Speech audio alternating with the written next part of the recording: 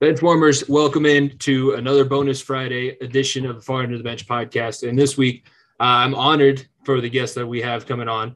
Two-time Colorado 5A state wrestling champion, Fargo All-American in high school for both Greco-Roman and freestyle, two-time top of the Rockies champion, three-time Big 10 champion, four-time NCAA All-American, and 2022 157-pound national champion from Northwestern University by way of Broomfield, Colorado. Ryan Deakin is our guest this week. Thank you very much for joining the show and adding us to your little bit of a media tour that you've been on since your national championship win. Yeah, for sure. Thank you for having me on. All right. We were talking a little bit before recording. I mentioned it to you in our correspondence. We've been fairly close. I wrestled up in Arvada. You wrestled obviously in Broomfield for your early time here in Colorado, but I kind of want to go back to that background. I had D2. I went to Western Colorado in the RMAC, so I had one of the wrestlers from that school on last week, and we had a little bit of a laugh. Like, when you started wrestling, were you always the dominant, like, want to go out there and love to compete, or were you like, I feel like you were either the guy who was in there and you were really good at it from the beginning, or you were getting your butt kicked most of the time, and pretty much you either hated or loved wrestling when you first started. So when you were a little kid, when did you start wrestling, and what was your first experiences when you did get on the mat? Yeah, I think I don't remember too much other than the fact that my dad asked me if I wanted to wrestle one day because he saw an ad in the paper. And I think he just, he was like, you have too much energy. Do you want to try this? And I didn't know any better. I was probably 6 or 7 years old. And so I was like, yeah, sure. Let me, I'll do it. And it was probably January. So it was halfway through a season.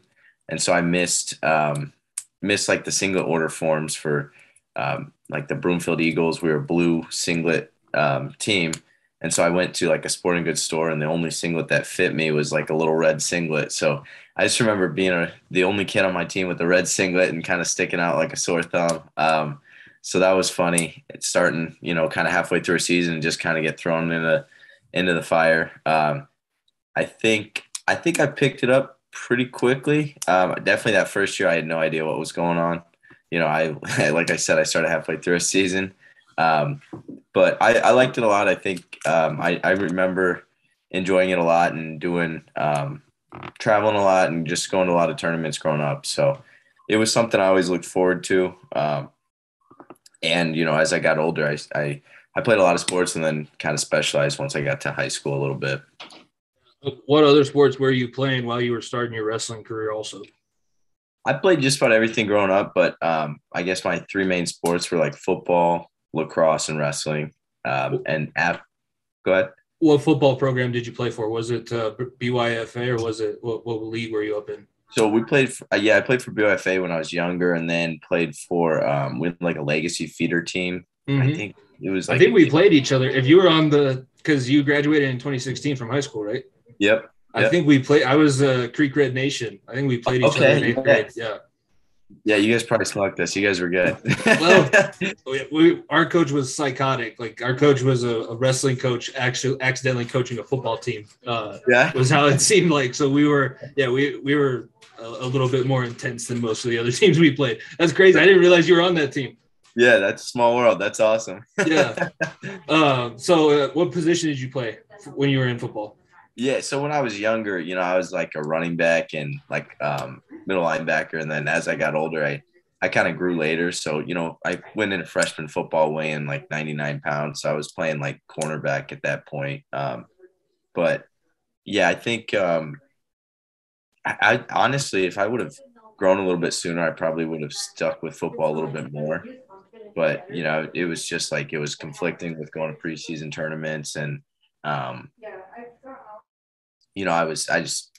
I liked wrestling more. So I was I'm not going to the NFL. I don't have the size for this. It's kind of put my efforts into wrestling. Yeah. I mean, it makes sense. If you're going to be the toughest wrestlers that I've ever met were all the smallest guys. I feel 157 is the rest of the classic wrestling movie is always 157 to that 174 range is probably the most difficult in the world, no matter where you're wrestling. So it's a good sport that way. If you're kind of like you said, if you're not freakishly big or athletic, it you pretty much work your way into a really good wrestler. It's not all wrestling is one of those sports where it's not all talent. And if you have the work ethic, that's pretty much more important than actually having any talent in the sport. Yeah, no, I think wrestling's definitely rewarding in the fact that, there's you have so much control of the outcome. And so you get a lot of, you could work as hard as you want. You're not going to be 300-pound, lineman that's running, a 440 or something, but in wrestling, you can, I think hard work goes a long way for sure. Yeah. So when you said you liked wrestling a little bit more, I mentioned the Fargo All-American. You kind of got to get into that program.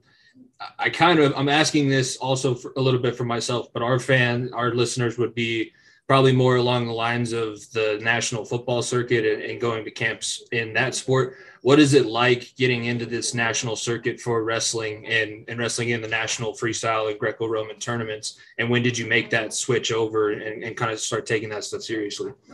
Yeah, I never really wrestled freestyle or Greco until my freshman year of high school. We had like this German team came out just randomly. And so we everybody, we said there was like a duel up, I think, at Greeley West.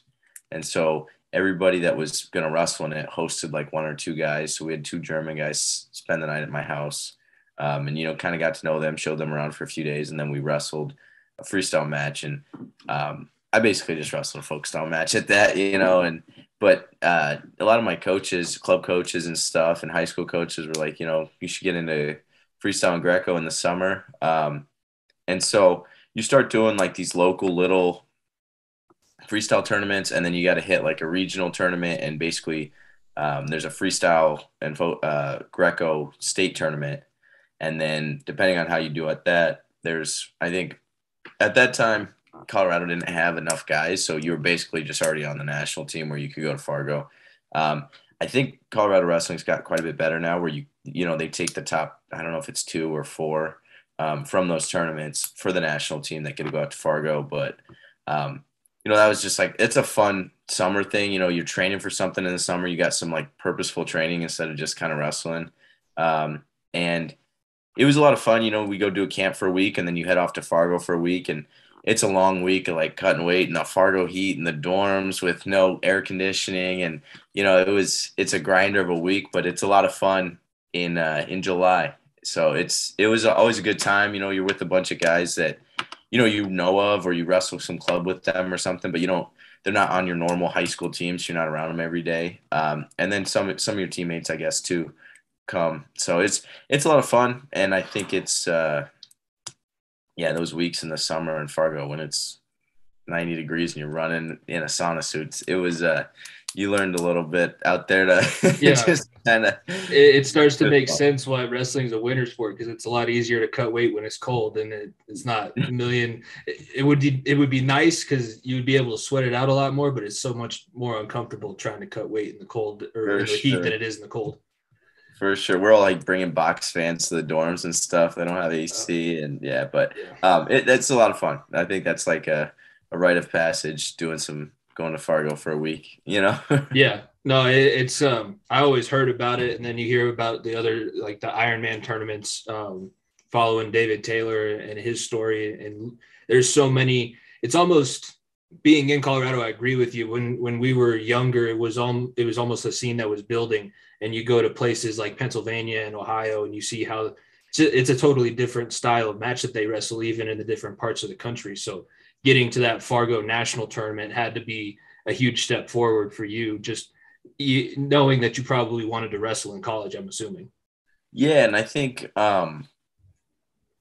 traveling, you see a lot more people, and it's really, it's so good for your wrestling because, like you said, there's so many different styles, and you're kind of like a big fish in a little pond, and then you go to a big pond. So it was nice to, obviously there's an adjustment period. The first few times you travel nationally, you take a few lumps, and then you kind of figure it out. And I think that especially Fargo, there's a lot more recruiting there than I ever realized. I was just going there to wrestle, but just being in college, our coaches go out there every single year. It's a really focused time in the summer where people can see who's like college coaches are looking at these guys that are who's competing in the summer, and then how, they're not traveling during the season as much when they're coaching, and there's a college season, so it's a good time for them to actually look into guys. So I think that helps a lot with recruiting, a lot more than I ever realized. So going back to your high school, were you always going to be in Legacy's district? Was that always going to be the high school that you ended up going? I know you said you started off with the Eagles. So was there ever a time that you might have gone to Broomfield High School instead of Legacy? Yeah, I mean, that was a conversation, I guess. I mean, my brother went to Legacy. We live in the boundaries of Legacy. I had a good relationship with the high school coach. I wrestled for the Bolts, like Legacy Bolts youth program a little bit too. So I mean, there was, maybe go to Broomfield, but Legacy was my home school, and all my buddies from middle school were going to Legacy. And my brother already went there, so I had to ride to school every day. It just made sense to go to Legacy. And I think, when I was there, we beat we beat Broomfield, I think, every year in a duel. So it worked out for us. It was good. And I think just being 5A was a little bit enticing too, because they were 4A at the time, and the one year they flipped up to 5A, and then they flipped back down to 4A. So, but yeah, I wrestled a lot at Broomfield in youth programs growing up. So you knew how good your team was. That Legacy team that you were on had a few. You go down the weight roster. Like I remember Nolan Funk, and he was a guy that would just intimidate people showing up to the tournament with the big hair, and then just his physical stature. Like you guys, did you know how good your team was going to be, especially when you got to like the senior year? Yeah, I think. I mean, I knew that. I think it was cool. I was around a lot of my buddies were good wrestlers, So like, Trent was a good wrestler. Matt was a good wrestler. Nolan was a good wrestler. Nolan's little brother Aiden was a good wrestler. We had quite a few solid guys, and I mean, Nolan, Aiden, and Matt all wrestled in college, as well as myself, And so, I think it was cool, coming in. We kind of. We watched that program kind of build a little bit, and by the time we were seniors, we had quite a few guys, doing well. So it was fun being part of that team, and the team aspect of duels and winning duels and stuff was a lot of fun. We were never gonna like beat a Pomona or something, but I think we were top, I don't know, 5 for sure. So it was fun. Yeah, I remember you actually wrestled one of my buddies, Matt Finesilver, one of your state finals matches, and I remember going to Pepsi Center to watch their older set of twin brothers. And you guys were all, it's very, thinking back on it, it's very cool to see how many of those guys did end up wrestling in college. And Colorado really went from a state that had a few wrestlers here and there that turned out pretty good. The farming towns turned out like, you can go up and down the Western Slope and you can find a different small town in Colorado, and people will say, you don't want to wrestle somebody from X, Y, or Z school. But you and the Fine Silvers all kind of pushed that narrative and elevated the level of Colorado wrestling as a whole. And you can kind of see that when you're beating up on each other all the time, because there were some classic battles like you and Matt at the top of the Rockies. The tournaments in Colorado got really good too. Top of the Rockies has teams coming from all over the place. The Christmas tournament up in Loveland right before Christmas break has teams coming from all over the country. So it was really a cool time to be wrestling in a state like Colorado. Yeah, no, I think, Colorado was always been a good wrestling state. It was a little bit more maybe like second tier behind like California, Pennsylvania, Ohio. And I think that it's really made a lot of strides now where there's a lot of really good guys coming out of Colorado. And I think it's cool to see how many people there's so many good like wrestling coaches in the area now. And just a lot of good kids that are soaking it up and traveling and taking it seriously. And so I think it's been fun to watch, ever since I left Colorado. Yeah, I think there was a Northern Colorado wrestler from Greeley that made the national tournament, was actually a 5 seed at his weight class. I think it was 165s maybe.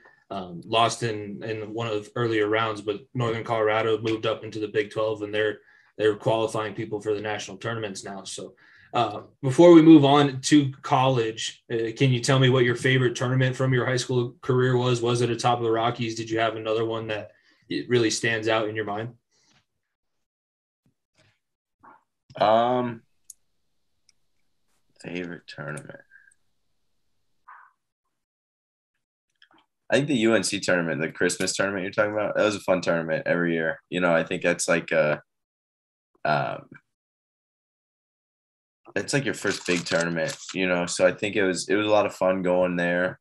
And early on in the season, getting a lot of matches, being a multi-day tournament, and we always had a good time in between rounds. There's a lot of downtime, so we were always messing around, and so it was fun. Yeah, we would go around talking to other teams from the different states in that tournament. You realize like that tournament is probably more difficult to win than a state championship tournament. If you have a Northern Colorado Christmas championship medal on your wall, that's a very solid championship to hold because it's all classifications. You're not split out, saved by the size of your school or anything like that. You wrestle the best wrestlers in your bracket, and that's how everybody moves on. It's a grinder for sure. For sure. Yeah. And like you said, like quite a few different, I mean, they're pretty regional states, but there's a lot of states that show up for that tournament. So that was always fun. What was it like to win a state championship in wrestling in high school? Was it something that you had thought about for a long time since you were in youth? And did you have kind of it build up in your head, or did it, what was that initial reaction when you won those 2 state championships? Yeah, I think it was really cool. That's like, you're always shooting for that. That's like the pinnacle when you're in high school at that moment. I think, I'm pretty far removed from that now. But it was definitely a big deal at the time. I was, it was super exciting. First time you're in front of, I don't know, that Pepsi Center gets packed, it's 20,000 people or whatever. And, I mean, I think that's such a cool experience. And, especially like being young and never really wrestling in front of a crowd like that. It was really cool. And that's what you're training for. And so to finally get it done was cool. So from there, you did end up going to Northwestern, like I mentioned at the beginning. You said that the Fargo tournaments is where a lot of the recruiting gets done. Is that where you had met the Northwestern coaching staff and they made that initial connection? No, actually. So I was getting recruited by quite a few different colleges, and you get 5 official visits. And had my 5 all planned out, and I only ended up I had already seen a few of the official visits that I had planned unofficially. And so after taking one official visit and then my official visit at Northwestern, I made my decision. But so Nolan Funk's dad, Mike Funk, was a 4-time All-American from Northwestern. And so Nolan, one of my best friends growing up, and his dad would always have the Northwestern coach come out in the summer and do a summer camp at Legacy. So I knew these coaches, we'd do a barbecue with them or whatever at Funk's house. And, we do this camp. And so I already kind of had a relationship with them through that. And then one summer, Nolan and I came out to Northwestern for just like a wrestling camp.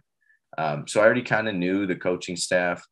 And then as I continued to wrestle, they kind of reached out to me. They're like, hey, like, if you're planning on wrestling in college, we'd love to have you come up here for a visit. And so I kind of already had that relationship. And then once I checked out Northwestern, I just really liked the culture out here, Big Ten wrestling, good academics. And it was just, fell in love with the place. What was the other school that you said you took your official visit on? Was it, I'm assuming it was just down to those 2 when you made your decision? It wasn't. So so I took an official to University of Virginia. And then my 5 officials were going to be, so UVA, Northwestern. I was going to look at Virginia Tech, Cornell, and then Stanford. And it was kind of between Northwestern and Stanford.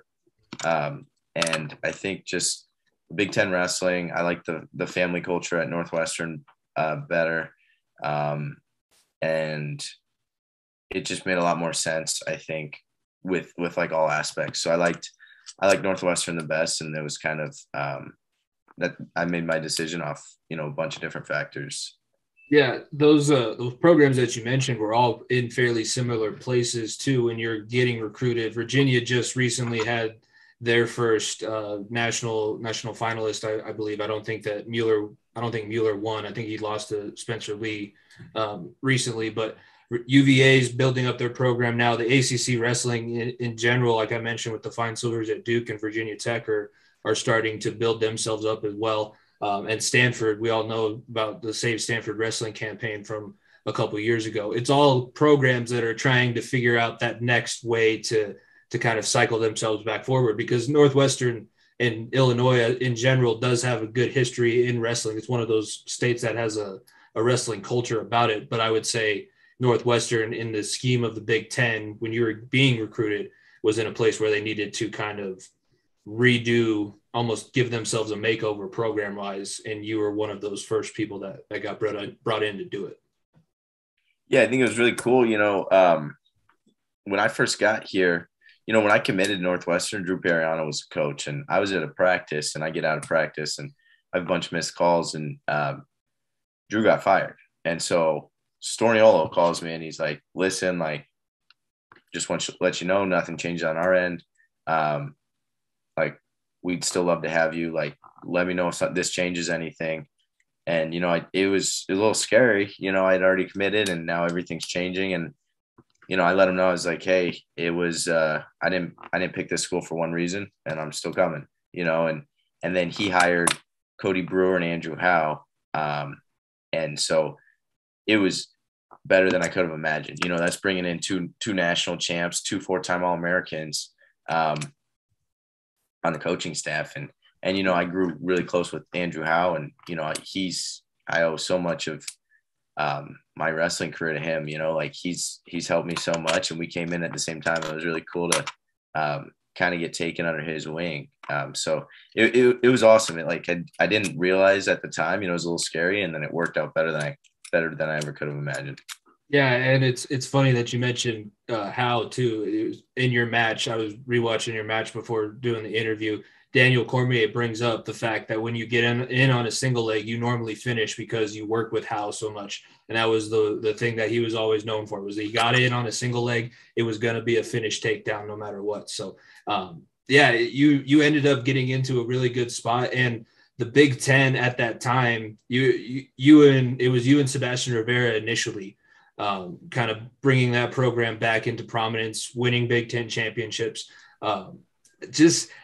Can you give us some sort of an idea how different it is wrestling in Big Ten country? You've wrestled all over the country in the NCAAs and the national circuits, but there is that Big Ten mystique, especially when you get to the Ohio States and the Iowas and those type of schools. So what makes Big Ten wrestling different? Yeah, I mean, you get in your Big Ten dual season, it's a grinder. It's like, it's a lot of fun, but it's every weekend you've got tough competition, and so you're getting up for every single match, you're wrestling hard every single match, you're staying focused for everything, and you have a double weekend. It's like you might wrestle the number 5 guy in the country, and then 2 days later wrestle number 2 guy in the country, and it's like, it doesn't matter if you're a little sick this match, a little hurt, you don't feel good, you had a bad weight cut, it's you're gonna get everybody's best, and so I think that stuff, it's a grinder, but I think that kind of hardens you too for, a national tournament, a Big Ten tournament where, you see a lot of guys back to back to back that are good wrestlers. You're used to that. And so I think it prepares you really well for those bigger tournaments. And sometimes guys in other conferences will have a little bit better records with like not having hit as many nationally ranked guys in their weight. But when it comes down to, when they get those guys head to head at nationals, they aren't used to stringing together that many, tough guys in a row. So I think it really prepares you well for the end of the year. It's a lot of fun. There's some great crowds and great, everybody takes it super seriously. And so it's fun to wrestle in those environments, those hostile environments. And it was awesome. Did you like all the attention, or was it a little intimidating? Because I feel like that could possibly play a part in why Big Ten wrestling is so difficult. That's like the main show in Iowa through Kansas. That's the main show that they have to watch. So, yeah, I think you got to learn to deal with that. And I think, like I said, that, like some guys don't see those kind of crowds either until nationals. And, you don't want to be, you're in the national semifinals or national finals and you get a little jittery because there's a packed arena. It's loud. It's crazy. So I think you definitely, like when you're younger, it might affect you a little bit more. But you learn to thrive in those environments. And I think there's no better way than, practice by just doing it. Yeah, you were successful pretty much from the moment you stepped on campus, but do you have a welcome to the NCAA moment, like where you realize you're going to need to put in even that much more work to compete at this level when you made that transition from high school to college at Northwestern? Yeah, I think, your first month in a college room, it's like kind of a wake-up call. I don't care what you did in high school. You start wrestling with some of those older guys, and they're just physically more mature. They're stronger. They're faster. They're better conditioned. They're smarter. Their wrestling IQ is better. They have better technique. And so I think you adjust quick, and it's kind of a sink or swim kind of thing where that first month you really learn a lot about yourself, and you got to just kind of keep coming back for more. So that was definitely an adjustment. And I think that's pretty normal across the country. You get to a college room, it's a lot different than high school.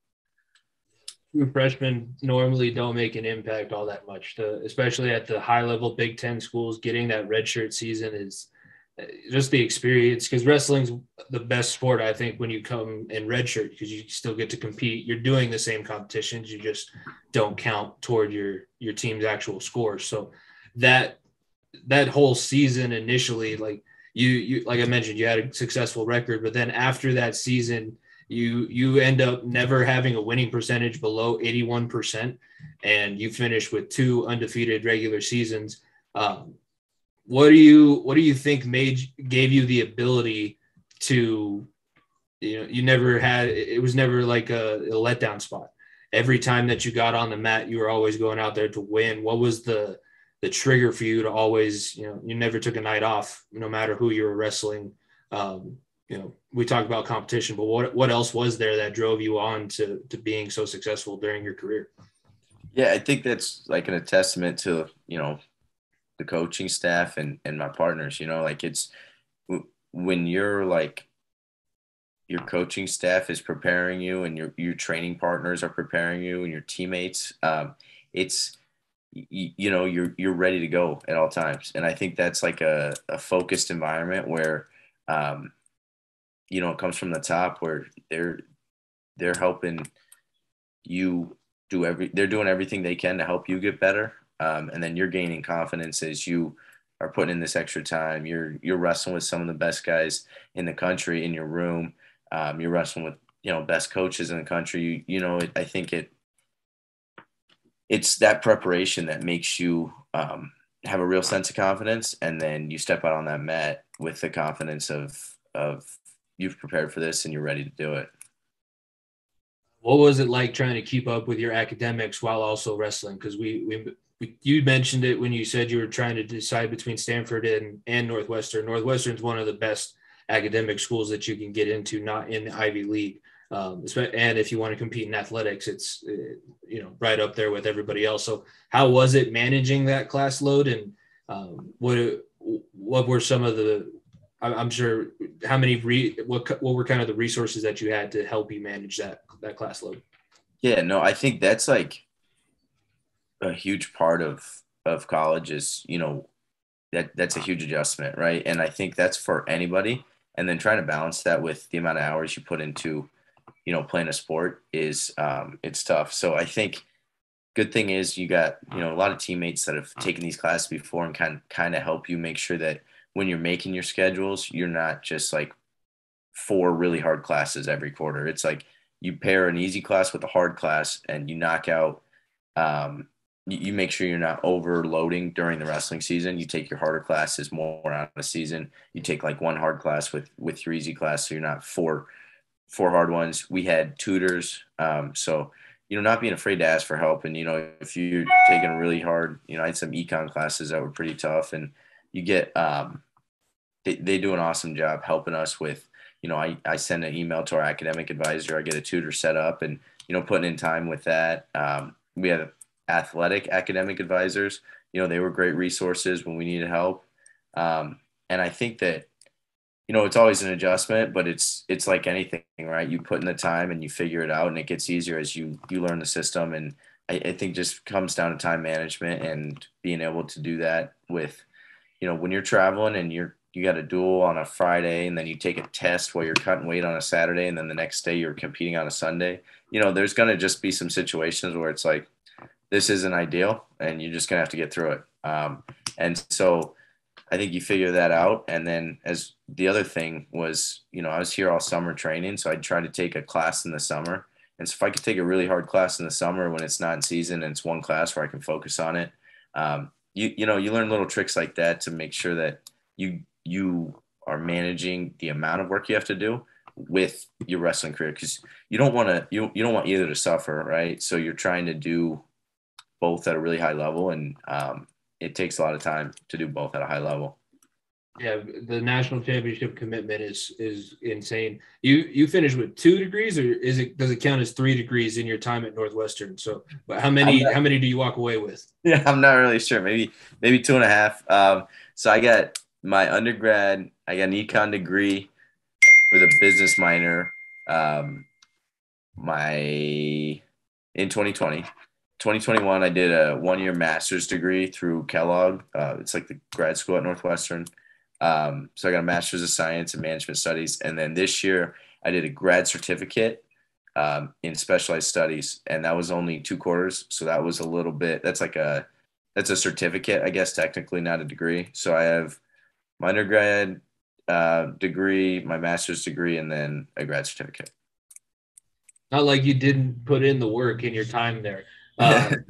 So we're coming up on the 2020 tournament. Everybody knows how that goes. When I had Hunter on, who wrestled at the D2 tournament, that actually, the cancellation was the day that they were getting ready to start matches. So I know it's probably not a pleasant memory. You're number 1 seed, undefeated, just won your second Big Ten championship. What was that like, and what was the timing of you knowing the tournament was canceled? Was it day of, like Hunter? Did you have a little bit of time? Like, were you still preparing to get to the venue at that point? Yeah. So D2 nationals were the week before. So we were still preparing, but it was, a week out. So it was like, everybody was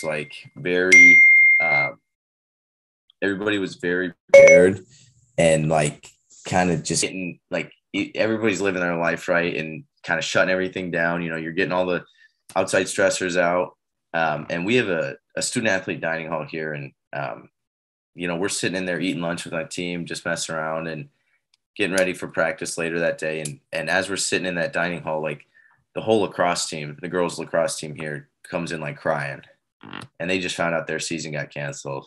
And so we're kind of like, that's not good. Like, I try, and you're just trying to control what you can control, but like, obviously you're thinking like, this is not a good thing.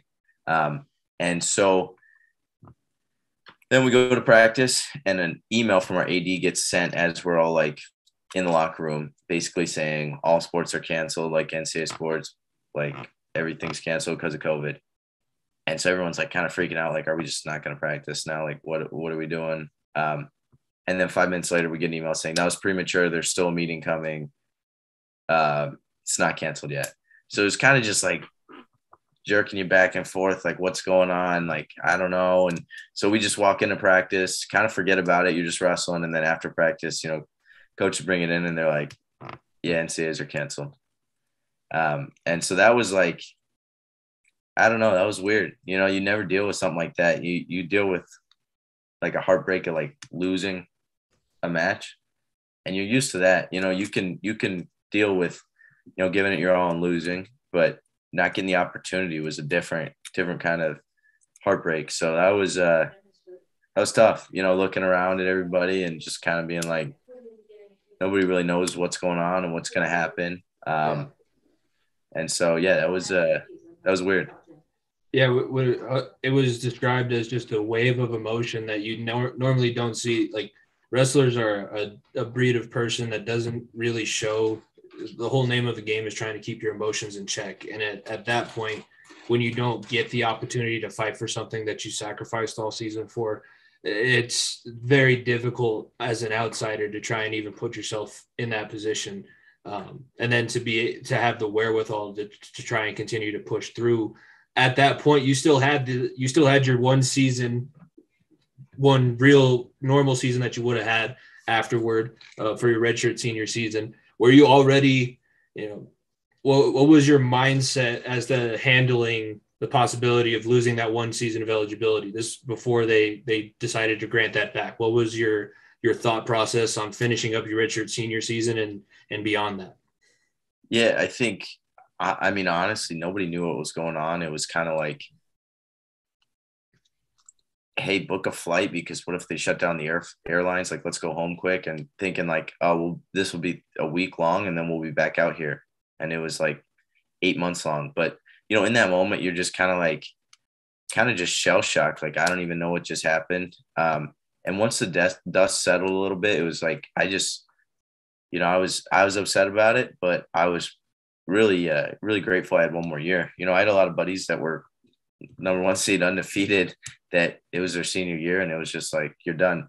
And like, that's such a bad way to go out. So I was like, man, I'm lucky I got one more year.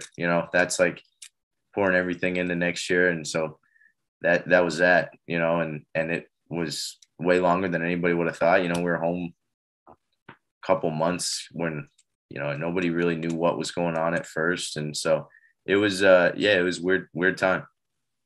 So then that season, obviously it's up and down, start and stop. You end up getting COVID at one point of the season. Was there, obviously you're still competing for the national championship, but was it there at any point, did you think there's just too much that I have to overcome at this point, whether I'm sick or not being sick, or the season starting, stopping? Was there any type where you had to look at it, time that you had to look at yourself in the mirror and assess if it was worth all of the extra steps to try and chase that national championship down? Nah, it was just, I mean, it was already a short season. It was really weird. We're testing 6 days a week. It was like, you're pretty much locked in your house, making sure that you're not seeing anybody outside of who you live with and the person you're also with at practice, because you don't want to get contact traced. And I was just trying to get on the mat. Like, I got COVID, and then we had to do heart MRIs when we got back. And so my heart was a little swollen. I had myocarditis. And so they kept holding me out, and I'm like, I'm fine. I'm telling them I'm fine. They won't, and they're looking out for me, and I'm wearing heart monitors and stuff like that. So it was like, I kept being like, they'd be like, okay, you're back in this time. And then once that time would come, like, there'd be a weird reading, and then I'd have to wait another 2 weeks or whatever. So that season was already a short season, and I didn't get a wrestle till I wrestled 2 duels before Big Tens, then I had Big Tens and Nationals. And so it was just like that whole year, I'm like, it just mentally, like, back and forth, like, you're going to wrestle this week. And then the doctor's like, no, you can't. And then you're going to wrestle this week. No, you can't. And I'm like, I feel good. I want to wrestle. And they're like, we can't let you do that. And so, and they were looking out for me, and nobody knew what was going on. And, but it was frustrating, just trying to get out there. And so, that year was just so weird. And I was so glad to come back this year and just have like a normal year. It felt so great to just, kind of go out on my own terms, and it be, there was actually fans at nationals instead of, everybody got like their parents could come, and the stands are like not even half full. Yeah, that was a wild theme in 2021. It was weird. It really was. So, I don't know. That season was, the 2021 season was really, really weird. And this year it felt normal again. And I'm so glad I went back and was able to, experience it again, where, we can actually hang out with our team. We can actually do normal stuff. We're not like everybody, it's kind of manageable now, instead of everybody just kind of freaking out and not knowing what to do. Yeah. And it makes that Big Ten championship in the 21 season even that much more impressive, knowing the extra steps that it took for you to even get on the mat that season. When did you decide you were coming back for year 6? Was it before you even started competing in 21? Was it halfway through the season and you knew that you got that extra year back for the tournaments you missed out on? When was that decision made? Probably in the summer. I looked at some RTCs. I took some trips. I was wrestling, freestyle, and I was really, really struggling with the decision. I think there's like this pressure you feel a little bit when I was kind of like, is it time for me to like grow up and move on? It's like, and then once I realized like I love what I'm doing every day. I love the people I'm around. And I can work the rest of my life. So why wouldn't I take this year? And I think just having good like guidance around me, good, my parents, my coaches, my friends, my teammates, my girlfriend, it was like, this is what I'm going to do, and kind of go out on a normal year on my own terms, and not just be like, I enjoyed college, and then it was kind of like a really anticlimactic, like COVID year. And then you're just kind of like, all right, you're done, so it took a little bit of thinking through it. And then once I realized it, I think it was like, just don't overthink it, go wrestle. And I think this whole year was awesome, because I was really, grateful for the year, and my heart was full. I felt like at nationals, I wasn't even nervous. It was like, whatever happens. Like I had a wonderful time this year. Everybody, my whole family was there. I just had so much fun, so it was like, I can just go out there and compete freely. And I think that was awesome. Yeah, the tournament itself looked like a much more enjoyable experience for everybody that was involved. And this entire season, there hasn't really been anybody that slowed you down. It was a final tour. It's a final tour that most athletes would hope for when they've put in as much work as you did to that wrestling program, and have everything transpire the way that it did with the shutdown and the tournament being canceled. I have to imagine it was surreal actually wrestling that match back in the tournament after the getting that extra season back of eligibility, and then finding yourself back in the national stage in your national finals matchup. You're wrestling a guy. Were you aware of the family history of your opponent? I think it's Quinn Monday, right? Was the Quincy Monday. And were you aware of his dad's background and all of that kind of thing going into the match? Yeah, so I wrestled his brother a couple years ago at CKLV in Vegas. And then I wrestled Quincy a couple years ago at Midlands. And then, I went out to Princeton last summer to train for a couple of days at the NJRTC. So I wrestled with him for, it was maybe a 2-minute go or something, but like we trained together one practice in the summer. And then I wrestled Quincy this year at CKLV. So, I think familiar with them. And, I think it's, you kind of, people with when your dad does something like that, people in the sport, people definitely, I don't know, it just gets around. I don't know how I heard about it, but I definitely heard about him.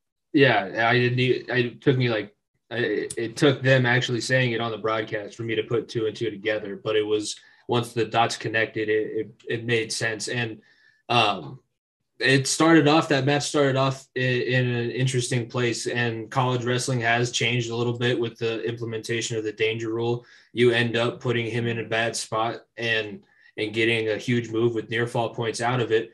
But you were down initially. You had to get that escape after giving up the early takedown in a position that you initiated.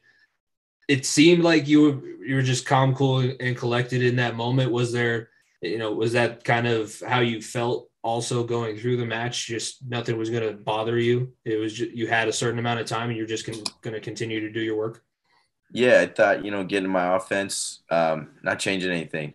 I'm trying to continue to make wrestling happen, continue to try to put points on the board. And then we got in that position where I had his leg hooked. And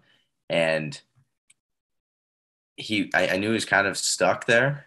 And so guys can usually bail there. But I grabbed his wrist, and I played around with that a little bit before, earlier in the year.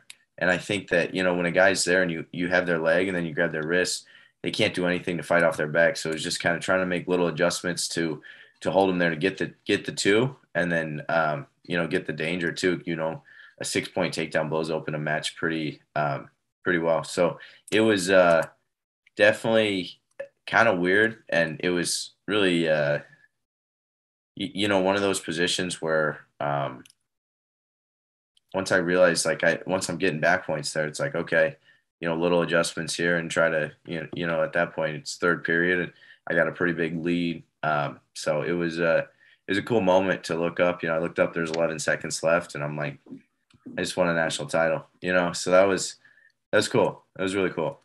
Yeah. And, you know, that match, you start off the period tied. Are you aware of how much respect everybody else in the country has for your top game? Tie score, and he has decision going into the third period. And instead of picking bottom, which is conventional wisdom because you can get the quick escape point, he decides to go neutral with you. Are you aware that nobody wants to have you on top of them in that position? Yeah, I was a little surprised he did that. I had ridden him last time we wrestled. And so when he made that decision, you know, I think that's kind of like, you're like, awesome. Like, he doesn't, like, that's like a confidence booster to you. You're like, you know, he doesn't think he can get out. You know, now you know, the smart move's to go down. And so if he thinks the smart move's to go on our feet, like, let me go take him down now. You know, and so that's like, I think that's like that mental game in wrestling too, where, you know, it plays into it. And I think that at that moment, it's like, sweet, let me hands, feet moving, put a good 2 minutes together, and let's get this done. Yeah, it was initially right away in that third period, you were starting the action, and it was almost, you could tell when he made that decision, and the announcers took note of it too. Daniel Cormier made the assumption, like, nobody wants to get under Ryan Deakin at this point of the season. He's been around for long enough that it's not a secret. If you're in the bottom position, it's not going to be an easy time getting up. You end up winning the first national championship for Northwestern since 2014, and you redeem the tournament that was taken away from you, complete the undefeated season. What was that feeling like now that you've had the few months to kind of, you know, you accomplished the goal that you set out to, that you didn't think that you were going to have the opportunity to get accomplished? What was that like? Yeah, it was really cool. You know, I think, you know, going over, giving my coaches a hug, my family, it was special. It really was. That was like, I don't know. You don't think you're going to get emotional, and then a moment, just kind of like, there's a lot going through your head. And I think it was like, you know, I was training for that every day for 6 years and dreaming about it since I was young. You know, I used to watch the national finals in my basement with my buddies, you know, and like, it was just kind of surreal. It was like, I did it, you know? So it was really special to have, you know, people I care about there. And it was, yeah, it was awesome. I don't know how to explain it. It was a surreal feeling. A lot of hard work that you could see kind of come to a head all at that one moment, especially for avid fans of college wrestling that had watched your entire journey and seen you place 4-time All-American, 3-time BIG10 champion, like the guys that understood where you came from. It was a cool moment. And my dad and I were proud watching it, knowing that we'd seen you at tournaments around Colorado, and everything like that. So it was a really cool match to watch. And the way that it ended was almost the perfect way that match needed to end. You got the big move, you got the big lead. You still ended up dominating your way through that tournament and put the stamp on your last season of college wrestling. It was a really cool way to go out. Yeah, thank you. I appreciate that. It was it was really cool. It was special. I'll remember that for a long time. So what is next for Ryan Deakin now? No more college wrestling. You're not going to get any more degrees on the college mats. Are you going into international competition, the Olympic year just passed? Are you going to start working? What do you think is next for you? Yeah, so my plan is freestyle. I'm looking into some RTCs right now. Right now I'm training. I'm in Evanston right now. I'm training for World Team Trials coming up here late May. So I'm training for that, and I'm taking a few visits here, looking into some RTCs and and basically trying to figure out my next options there. So yeah, I'm gonna keep wrestling. And yeah, that's my plan. You have anywhere in particular, like anybody that you, I guess this will be a little bit of rapid fire question before we get into rapid fire questions. Do you have a coach that you would really like to be coached in freestyle? I'm trying to lead you to an answer, but I'm going to see what your answer is before I give what I wanted you to say. Yeah, no, Andrew Howe's my man. I think, ideally with him, I think there's circumstances that just, if we can make that work, that'd be awesome. But I mean, he's got a family to worry about too, and he's got to do his own thing. So, yeah, he's my dude. He's helped me so much, and yeah, just an awesome guy. Really, really can't say enough good things about him, and that's outside of wrestling. And like as good of a wrestler as he is, he's an even better person. Yeah. I was in my head, I'm thinking of guys like Cael Sanderson as well, but the off the mat connection is almost even more important than the on the mat career that the coach that you like working with has had. And if you got a connection with a guy, that makes total sense. But it seems like everybody who graduates now is moving to Happy Valley and is living in State College, wrestling for Cael Sanderson. He's just churning out, other than Gable Stevenson, churning out the freestyle talent right now. For sure. He's an awesome coach. He knows his stuff. What was it? Can you explain, just for my wrestling nerddom, wrestling at Penn State now with Cael Sanderson as the head coach? Is there a different feel when you go up and wrestle the Nittany Lions? Yeah, I mean, I think they're funny. They're fun to wrestle against. There's a lot of it's a packed house. It's loud. It's it's a big deal. So it's fun to wrestle in those environments, those hostile environments. And it's hopefully it's quiet when you're wrestling, because that means you're doing well. So they have a good following. They make it fun. It's an awesome environment. And I think, it's awesome to see that those kind of diehard fans and the love and respect they have for the sport and the love they have for their team is really cool. So it's always fun wrestling there. We're going to get into rapid fire questions, and I'll let you get done. I know you just got done with practice, so I'll let you wind down for the rest of the night. This has been awesome. So thank you again for coming on. But for rapid fire questions, we're starting off. Do you remember your first championship that you won in wrestling? Can you remember what tournament you won the very first time?